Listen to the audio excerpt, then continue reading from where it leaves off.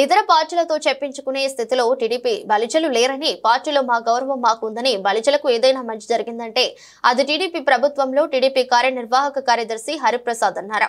మంగళవారం హరి టవర్స్ లో జరిగిన మీడియా సమావేశంలో మాట్లాడారు. టీడీపీలో బలిజలకు ఏదో అన్యాయం జరుగుతుందని వైసీపీ చెప్పడం హాస్యాస్పదంగా అన్నారు. టీడీపీలో ప్రజలకు సముచిత స్థానం ఉందని, దానికి ఎటువంటి అనుమానం లేదని అన్నారు. మాకు అన్యాయం జరిగితే ఈ కార్యక్రమంలో బలిజ సంఘం నాయకులు నాగరాజు పాల్గొన్నారు. నిన్న శ్రీకృష్ణదేవరాయ జయంతి సందర్భంగా వైకాపా నాయకులు చేసిన కామెంట్స్ చాలా పచ్చి అబద్ధము, అది కరెక్ట్ కాదు. 5 ఏళ్లు వైకాపా నాయకులు పదవిలో ఉండి బలిజలను అసలు పట్టించుకున్నారా? 50 డివిజన్లు ఉంటే ఒక కార్పొరేటర్ కూడా బలిజలకు ఇచ్చిన పాపాలు లేదు. ఆకుల వీధిలో కొన్ని ఏళ్ల నుంచి ఆకుల వీధి పుట్టినాల నుంచి 25వ డివిజన్ బలిజలకే కేటాయిస్తా వచ్చినారు.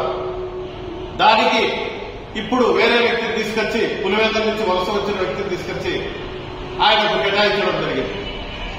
ఏమంటే మీరు జిల్లా కాపు భవన్ 5 ఏళ్ల నుంచి మీకు కాపు భవన్ గుర్తుకు రాలేదా?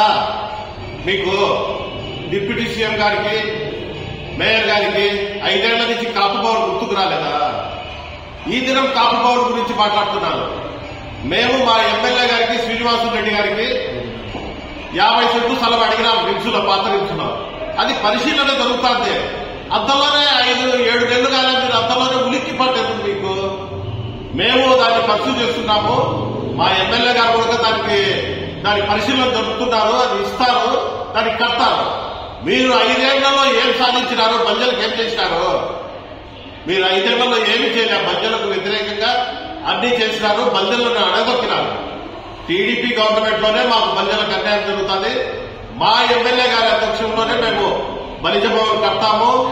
న్యాయం జరుగుతుంది. అన్ని విధాలా బలిజలకు న్యాయం కూటమి ప్రభుత్వంలో మా ఎమ్మెల్యే గారు, శ్రీనివాసరెడ్డి ఆధ్వర్యంలోనే అన్ని జరుగుతున్నాయి.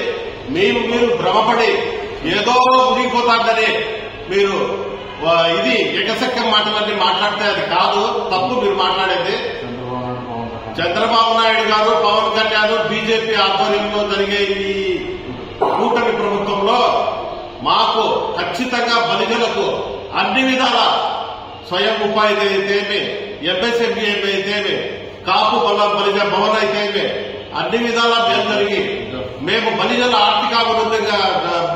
ఆర్థికాభివృద్ధి చెందుతారని, అలాగే ఈడబ్ల్యూఎస్ జీవో కూడా రిలీజ్ అవుతుందని మేము ఈ సభాముఖంగా చెప్తున్నాం. Thank you.